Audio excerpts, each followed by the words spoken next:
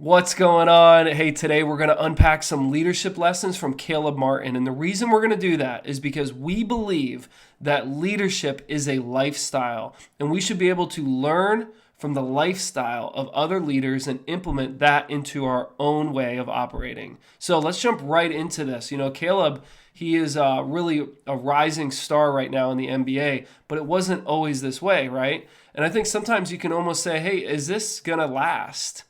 Is this just a fluke, or has he been prepared for this time? And in today's episode, we're going to unpack these 3 lessons.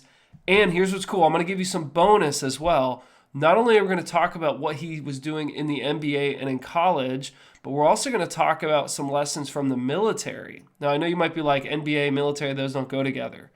There's a mindset that's developed there. So I'm going to show you a quick correlation about how these two come together. Let's jump right into it. Enough with all the polished theory and corporate talk. It's time for some transformational tactics and targeted training. I'm your host, Adam F. Jones. Welcome to the Leadership Accelerator. Let's get rolling. All right, if we haven't met yet, my name is Adam F. Jones. I'm a former Army commander and Black Hawk helicopter pilot, and I love to be able to help other people level up their leadership. So the first thing we're going to look at with Caleb is I want you to just take a moment and listen to this clip. In this clip, you're going to see a mindset that Caleb demonstrates. Today, the Martin twins are among the best college players in the country, both potentially bound for the NBA. They passed on the chance to go pro last year as they make a push for the big prize, an NCAA championship. That is what Simon Sinek, famous author and speaker and thought leader, says is a infinite mindset. Define these 2 types of games, finite games and infinite games. A finite game is known players, fixed rules, and an agreed upon objective. Football, baseball. There's always a beginning, middle, and an end, and if there's a winner, necessarily there have to be losers. Then you have infinite games. Infinite games are defined as known and unknown players, which means new players can join any time, and you don't necessarily know who all the other players are. Caleb has a long-term thought process. He's not thinking of going into the NBA as soon as possible or trying to get his time in the pros. Instead, he realizes something, and I don't know if a lot of people realize this, that you got one chance right now to be where you are today. It's never going to happen again, is it? See, he's got one chance to be able to bring it all home in the college realm, because once he moves from college to pro, there's no going back. So see, sometimes we want to just hit the easy button and we want to fast forward into the next stage of our life, when really some of the greatest lessons we can learn from leaders like Caleb is that we need to stay present in that moment and take everything we can from it. In this case, instead of putting his name in for the pros, he stayed for another year at Nevada, right? Why? Because this is his chance to win something he'll never be able to win again. You can't go backwards. And we need to remember that. This infinite mindset that Simon Sinek talks about, basically, the sport itself is finite, right? There is a start, there is an end, there is a winner, there is a loser. Even though the sport might have a beginning and an end, Caleb's life is going to continue past basketball. And this is something we see demonstrated by great leaders. Think about, how can you apply an infinite mindset today? In the military, one thing we talk about is continue mission. Remember I told you I'd give you a bonus. We talk about Charlie Mike, continue mission. When everything goes wrong and it seems like nothing is going your way, we say Charlie Mike, continue mission.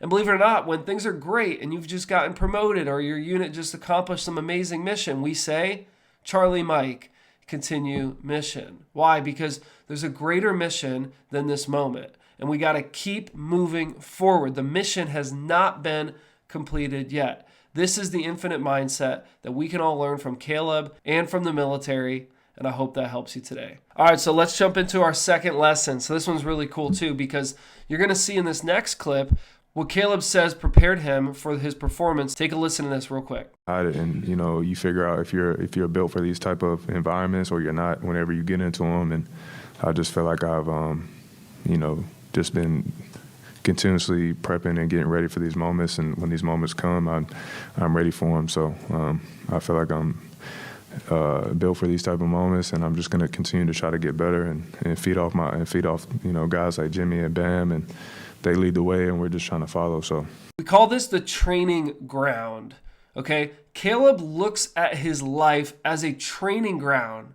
These moments in the past are preparing him for the promotion in his future. You heard him say that he's been continuously preparing for these moments. He's been preparing to operate under high pressure situations, high stakes situations his entire life. When we look at life as a training ground, we no longer get upset when things don't go our way one day. Instead, we think, man, this is making me better for when it matters even more. So the bonus for you in the military, one thing that they taught me as an Army officer is they said, Adam, right now, in this moment, you are preparing for your promotion. Not only that, your interview has already begun. See, they're always telling you what's coming up next, but sometimes what people don't realize is your interview already began. Consistently, the way you perform now is speaking to your potential for the future.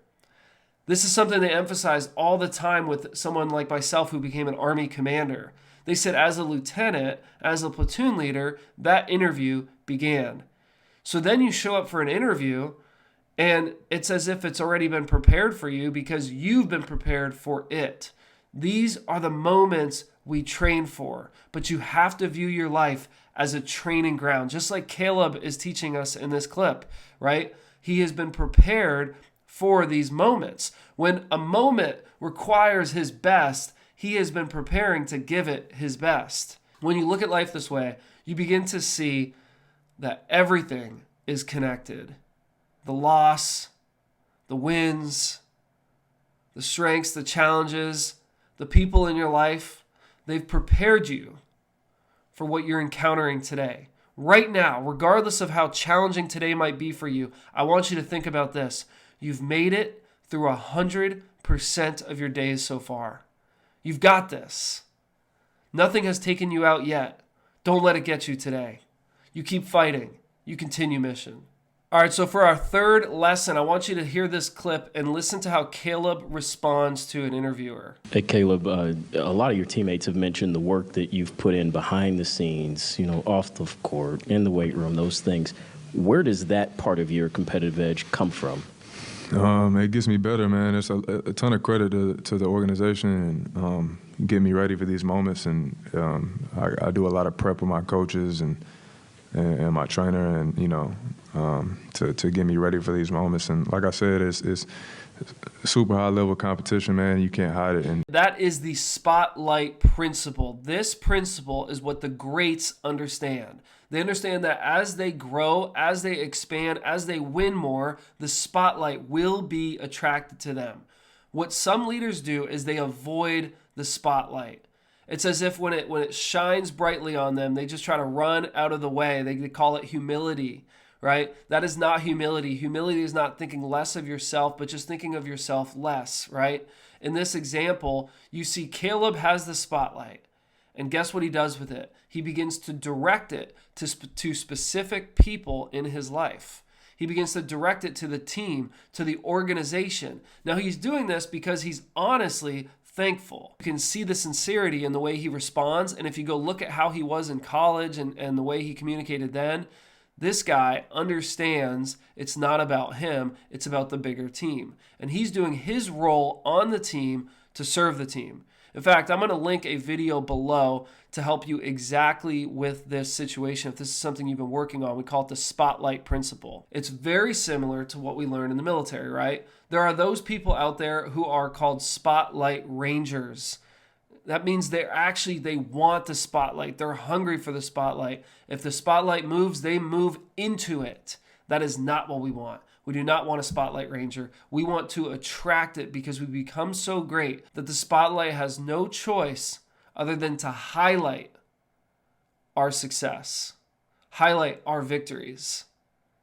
And in that moment, a leader who understands the spotlight principle knows exactly how to respond to that situation. Look, these are the lessons that we can learn from Caleb. But these are also the lessons that we can learn from our own life. I bet you can see how each lesson might have already been applied in your life. Is it possible that that infinite mindset is required for your next promotion? Is it possible that the training ground that is your life has not been maximized to its fullest because you haven't seen it as a training ground? And is it also possible that the spotlight principle has been something that you have not fully understood yet, which is why it has not been attracted to you? All I want you to know is that you can do this, that the world needs great leaders to step up right now. They need leaders to build mission-effective teams because we're better together, we're brighter together, we can go further together. We might not go faster, but we can go further. There are things I learned in the Army when we build a mission-effective flight crew, and the way we communicate, and the way we respond to one another, and we acknowledge different situations, we call out the drift, and we make sure that this mission will succeed with the crew on board. Sometimes you don't always get the best players. Sometimes you don't get the best crew.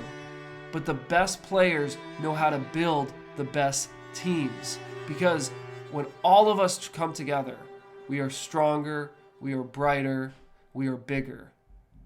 Continue mission.